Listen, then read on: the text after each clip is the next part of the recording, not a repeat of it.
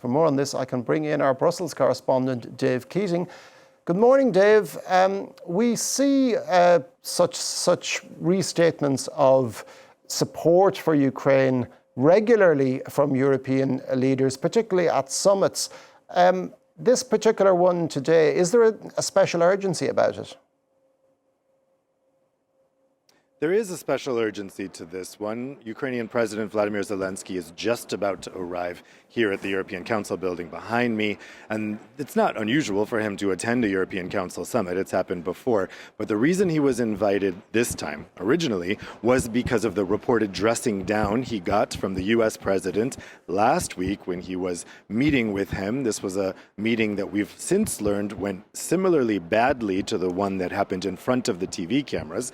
This one happened in private. We only learned later that Donald Trump reportedly asked Vladimir Zelensky to give up huge swathes of territory that the Russians don't even occupy right now. That was first reported by the Financial Times and then has since been corroborated. So we saw this rush of support for Zelensky from European leaders over the past 2 weeks. He was invited here to the Council summit because it looked like, again, they were in the same place they were in earlier this year with the U.S. president pressuring Ukraine to kind of unconditionally surrender. Well, now the context has shifted. As was just mentioned in the package there, overnight, we heard that the U.S. is going to impose sanctions. These are really the only significant sanctions that the U.S. has imposed since the Trump administration took power in January on Russian oil companies. Separate to that, we have the news that the bloc against the EU's 19th package of sanctions against Russia, which includes, as was mentioned in the package,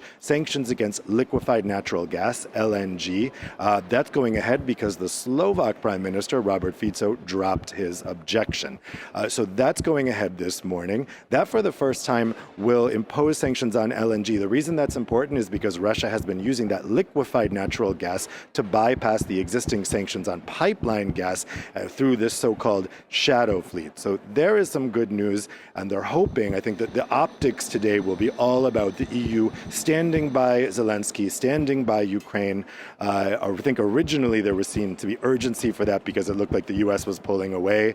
Now we have a different story, but who knows how it will be tomorrow.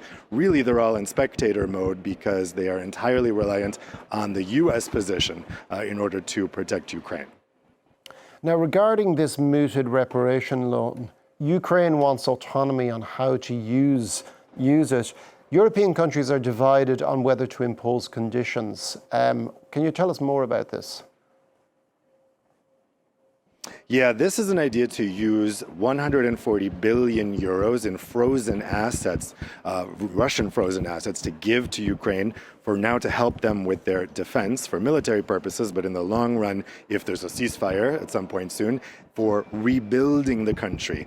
Basically, the argument is that Russia would have to pay reparations anyway, so they're going to take that money now. Belgium does not like this idea because that money is here in Belgium at the Euroclear clearinghouse, and Belgium is very worried that they're going to get sued if they seize that money. So what Belgium is looking for is cast iron guarantees from the other EU member states that if Belgium is sued or has other problems because this money is seized, that the other EU member states will help Belgium, will help pay whatever fines there might be, will help with the arbitration, that this will be an EU problem and not a Belgium problem.